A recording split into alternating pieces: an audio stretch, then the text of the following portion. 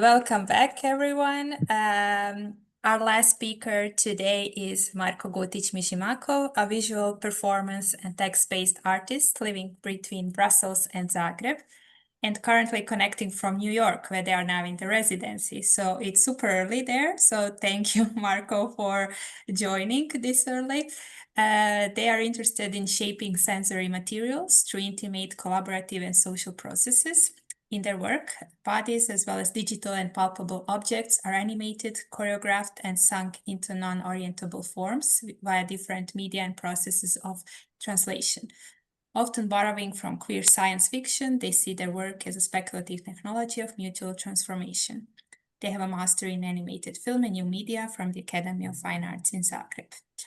We will share now Marko's website so you can check more about them, and give you the floor. Hi, thank you, Yasmina, for the introduction that I was planning to also share myself.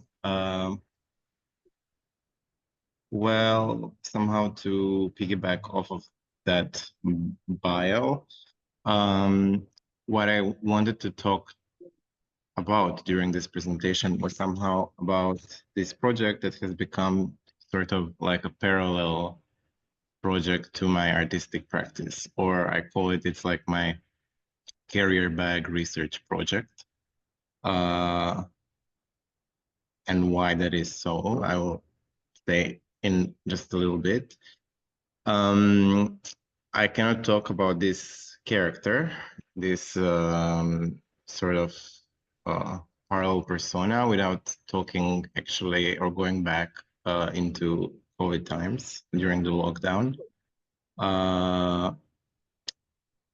As many people in during the lockdown, I somehow started being busy with different questions around the self, and somehow out of like this questioning of the self and of my practice as an artist came two questions. One was the question around material. I was very busy at the time somehow with computer generated imagery. It was like the time of the beginning sort of generative image machine learning models, of machine vision, of like this intelligent machine vision. And also drag was gaining a lot of popularity online. Sort of the drag community exploded. And there I saw something similar. There was this question in my work, which was around passing, or around being visually legible, or trying to simulate visually. And my fascination with this early machine vision models was around the fact that the way they simulated was very imperfect. It was like full of these blurs and smears, and you could practically, you had to kind of collaborate with what you were seeing in order to interpret what you were seeing. So I will show a small video, which is one of the first like animations I did using PyGAN, which is algorithm that was trained on like a large image data set model of different objects in context. This is the name of the database. So there is like a group of patterns, of visual patterns, that is matched to a group of language patterns, and then the algorithms through some random numbers produces a new pattern. And these random numbers can be extracted from whatever you give to the algorithm. And one of the things that I was very keen on at that time was trying to recreate my personal archive of videos of very quotidian, mundane stuff. But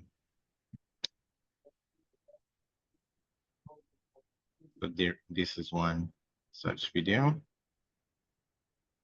So you can see it's compared to what like ChatGPT can do today. This is like very rudimentary, very blurry, very smeary, low res, poor. And my fascination with it was also in the movement, in this flickery movement that reminded me a lot of how film behaves, how the not the natural, but the material film frames behave when they pass through light. So I was really interested in this flicker.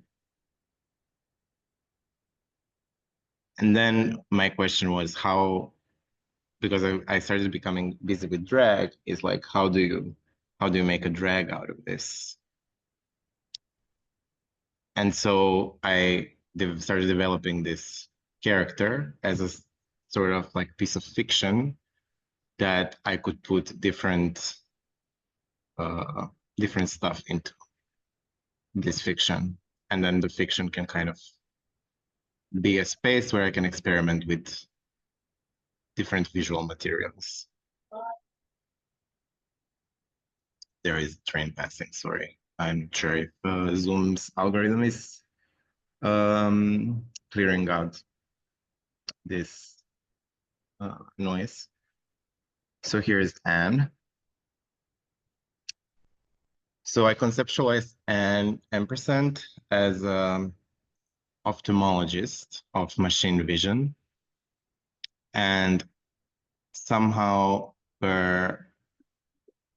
what Anne does is seeking things that try to not be captured by these AI algorithms, or not try to resist simulation through these AI algorithms, and their presence becomes sensed somehow in this smear, in this flicker.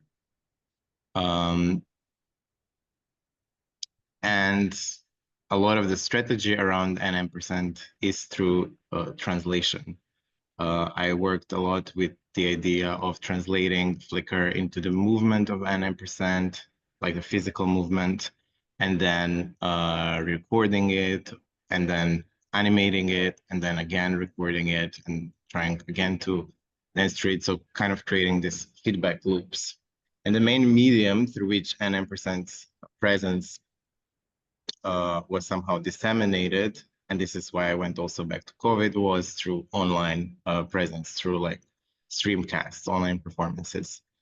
And as part of my presentation today, I wanted to share comparatively like one online performance, like partially, and then a part of a live performance, like in a physical space, so that we could see how one translates into the other.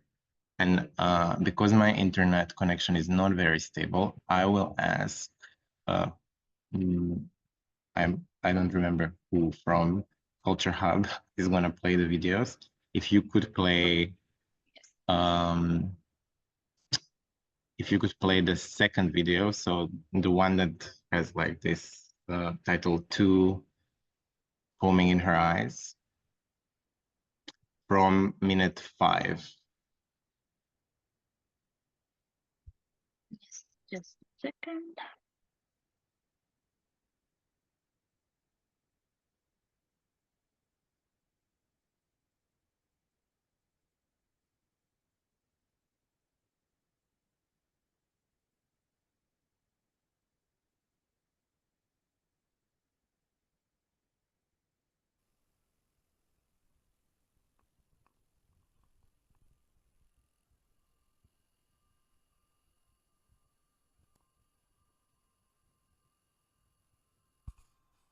There should also be sound. I guess it will start any minute now.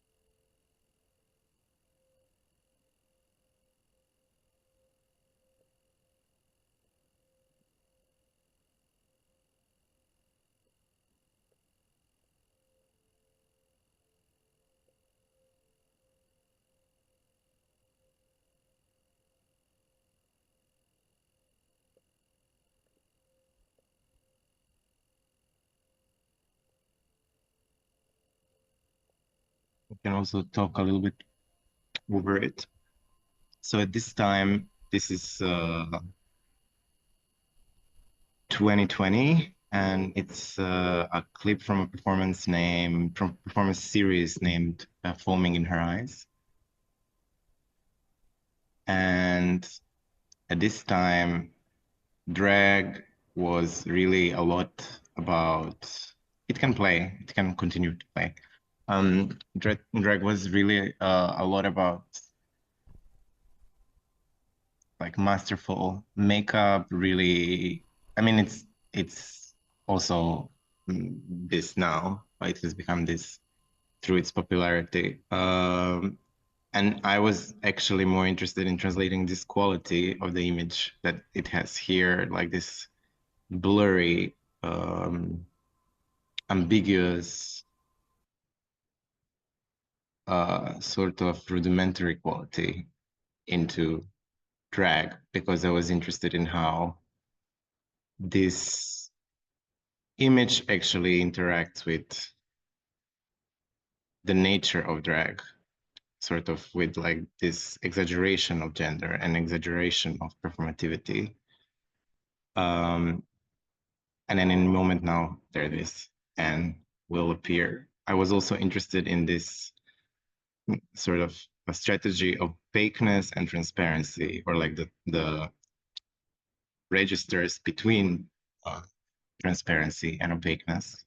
So here, for instance, Anne is shown from the booth that she's operating. The video material online.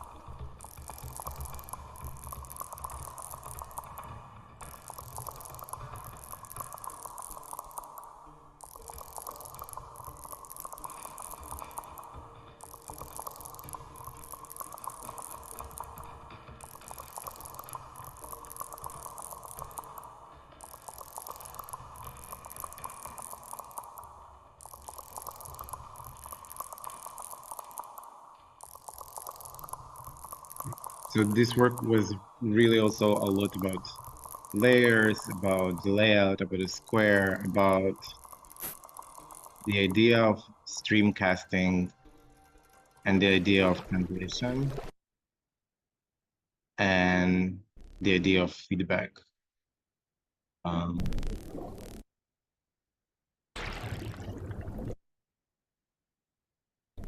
And what this framing of like an ampersand of the online streamcast allowed me to do outside somehow of my main in quotes artistic practice, was like to try different procedures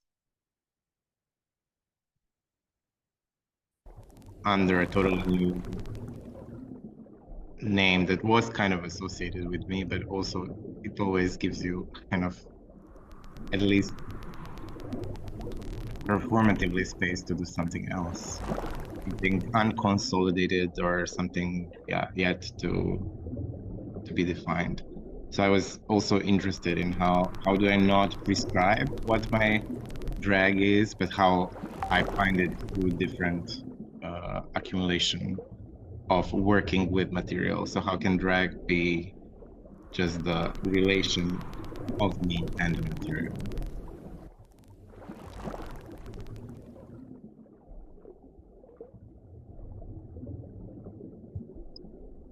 And there's this question in the chat of Angela Bertoni, can drag be part of artist persona? I think that's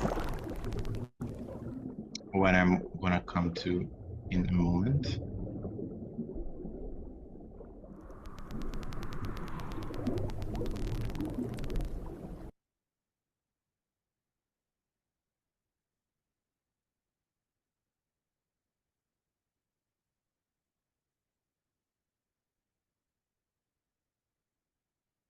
Okay, I think we can pause the video here.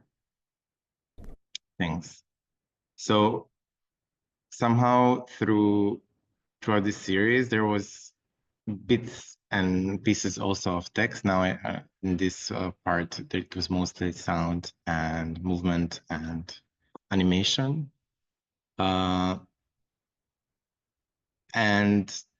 the text, also my engagement with text through an ampersand was also somehow to think through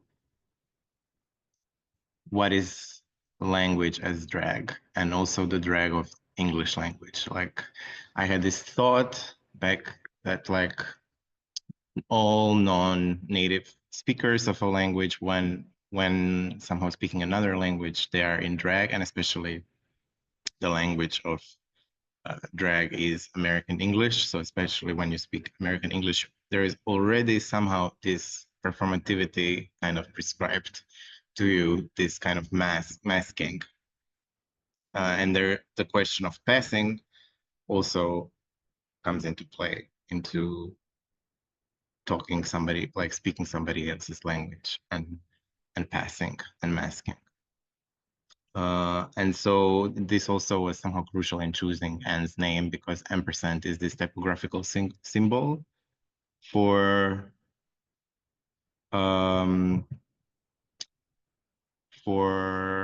and, so for a connector. So I wanted Anne to have this idea implemented that she is kind of and this and this and also this and this, like she contained a type of ability to be shape-shifting, or like moving through these multiple modes without necessarily completely settling for one mode. And maybe now we can also play the other video.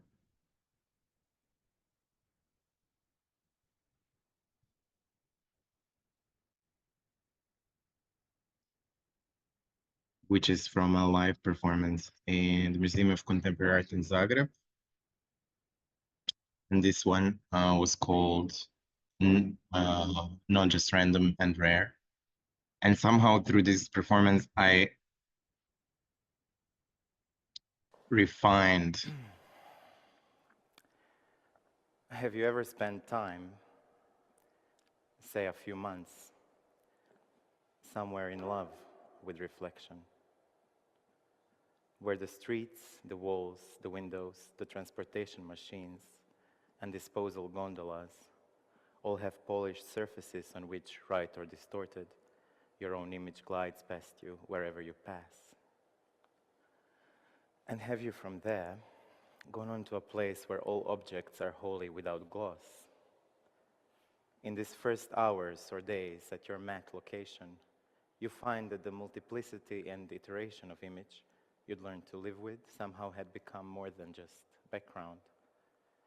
They'd become an extension of you, to an extent only fully felt once you've moved along alleys and avenues whose stone and mottled plastics gave you nothing back, their opacity having cut out all cursory repetition of you or anything else at root that lies, to your astonishment and even pain, not between yourself and the world, but within that model of the world within you, which is all you ever know of it, and you learn something of your limitations as a woman. There's a similar amputation, diminishment, and constraint and insight when you go from a place where all is mentally activated illusion to a one that has a more material surface. I found it left in front of the building on my way back, an empty, large cardboard box not far from the center on the east end towards the west end of the city on my way back home. A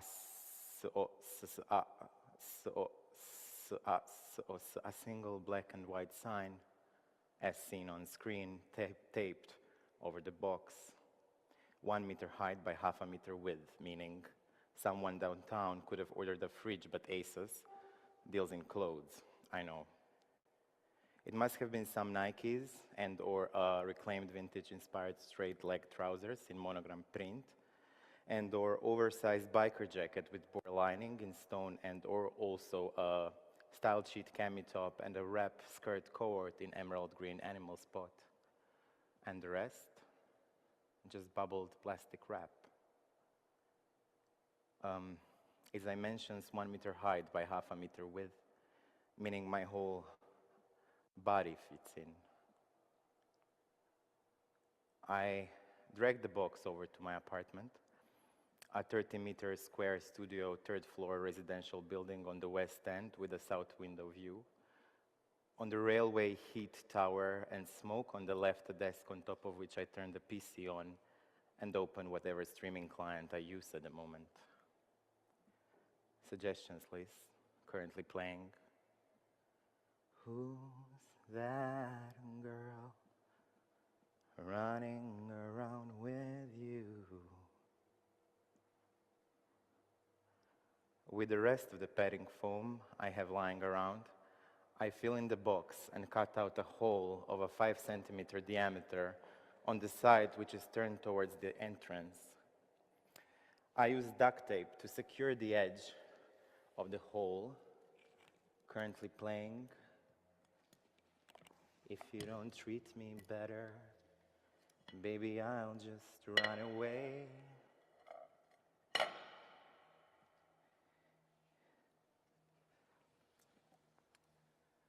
With the rest of the padding foam I have lying around, I fill in the box and cut a hole of a 5-centimeter diameter on the side which I turned towards the entrance. I use duct tape to secure the edge of the hole in order to kill some time in the cavity whilst waiting for him. I take my working kit into my new perfect marsupial pouch, currently playing. Ti si senka, što ne ja gledam, no sepak toliko blisku, ja čustvujem. And then I mark the walls with a glow-in-the-dark Sharpie, decorating a field, covering the outer edges of the hole by drawing Turing's diffusion and reaction pattern.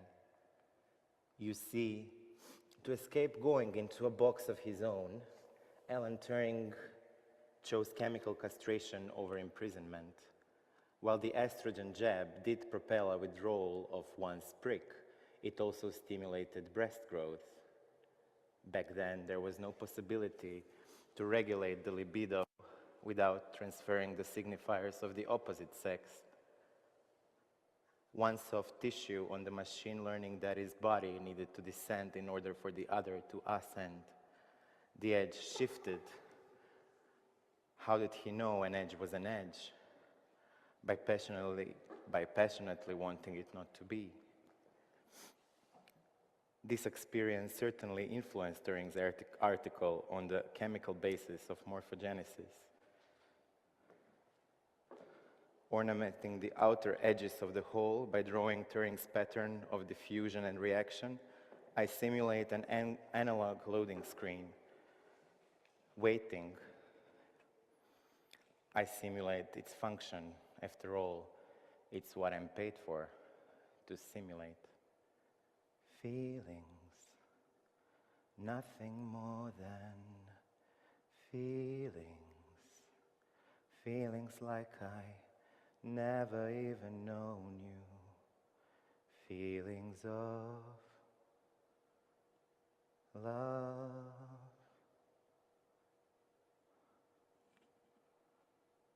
The playlist has run out, and he's just on time. Takes it out, puts it through into the hole, takes a step back, takes it out just a little, shoves it back in.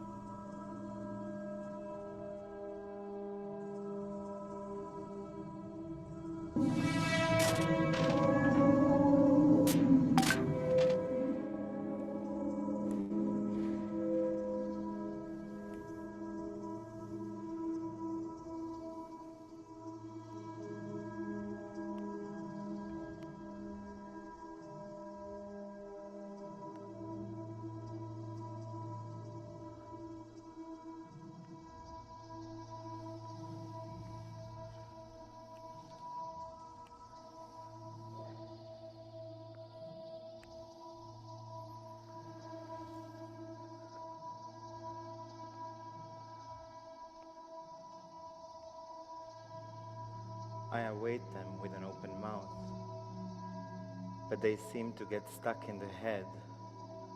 Or is this just a sensation my nervous system makes for me to not notice their real impact? The fact is the whole body struggles to digest this indigestible matter. Sure, I might be overstating, but it feels like my stomach can't manage to secrete acidic fluids fast enough, so I swell like a balloon.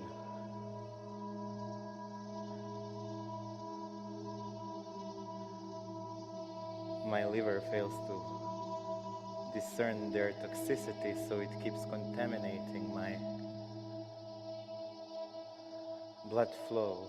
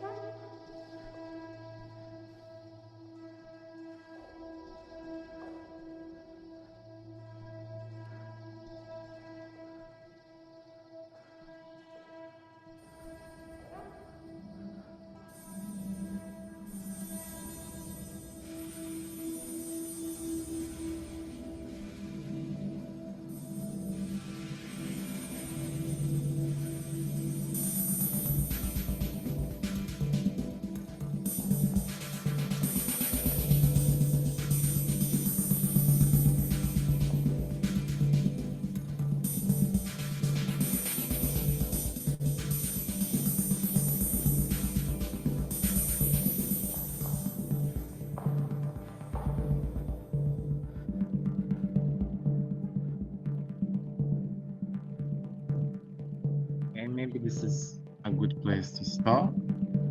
And I would just like to end this presentation with reading a little bit from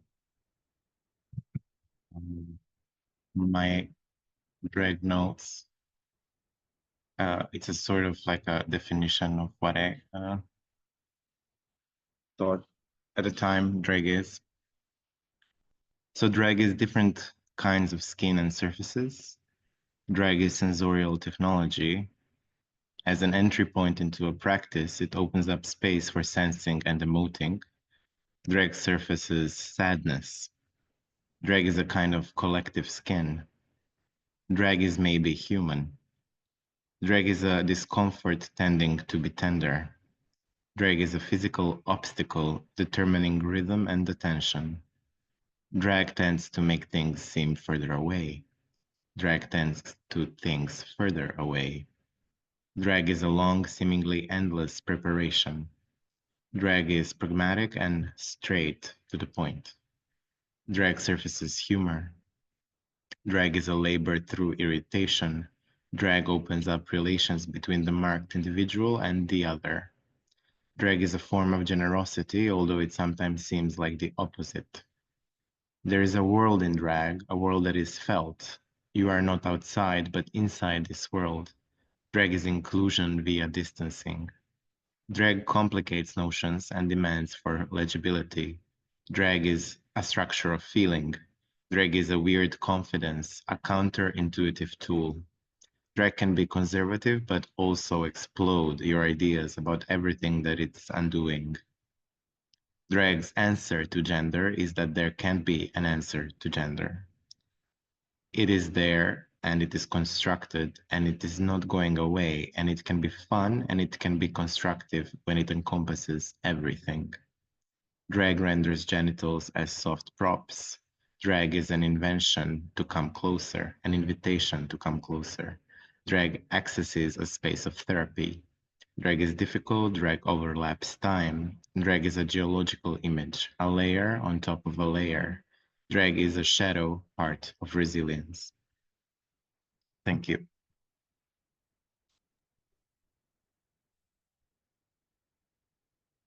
Thank you, Marko. This was really nice. Thank you for presentation and sharing. I will now give the opportunity for everyone if you want to jump in, share your thoughts, questions, remarks. You can also write in the chat if you wish.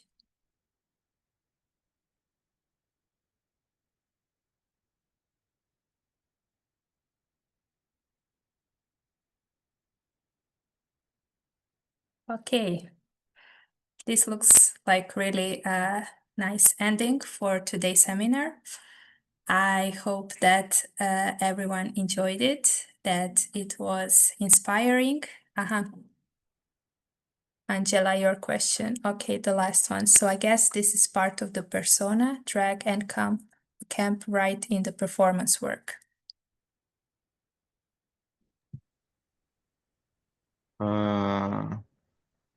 I guess I was trying to not think of an Ampersand as a persona, but more as a sort of surface that I could inscribe different things to through working through her, so that there is no like prescribed text, but somehow by reading the text or like putting the makeup or dealing with these images and interacting with these images, that this would alchemically sort of work against it. Like each surface would work like a layer, and this layering would result in what this drag persona or character would be, and not the other way around. So like this fiction would be created through the interaction, through the movement, through the images, and not through a story.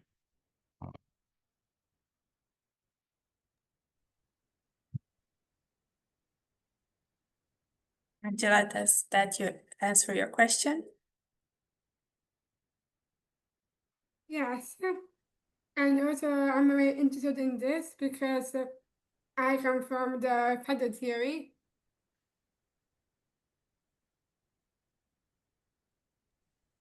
I'm not familiar with the feather theory.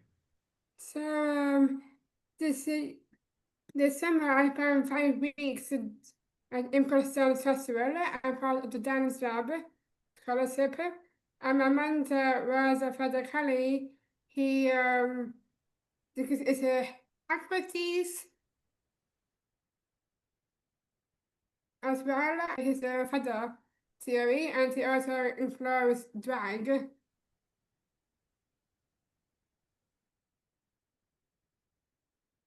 Thank you, Angela, for sharing. If you have some link, you can add it in the chat.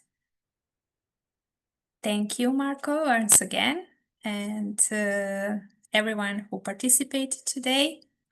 Marina will now share again in the chat a link for the survey. So we please ask you to give us your feedback. You can follow PMP project to check the updates, and also today's presentations will be available on our YouTube channel. Okay, I think that's it. We are almost exactly on time. Thanks. Yeah, thank you, Angela, for the link. Okay, so we can now close this final PMP seminar in the series, but as we mentioned, next year we will have some more outputs of the project, such as toolkit and online presentations of it, so stay tuned, and we hope to see you again. Some of you will be in Split, so we hope that this seminar was nice introduction and inspiring for the things ahead.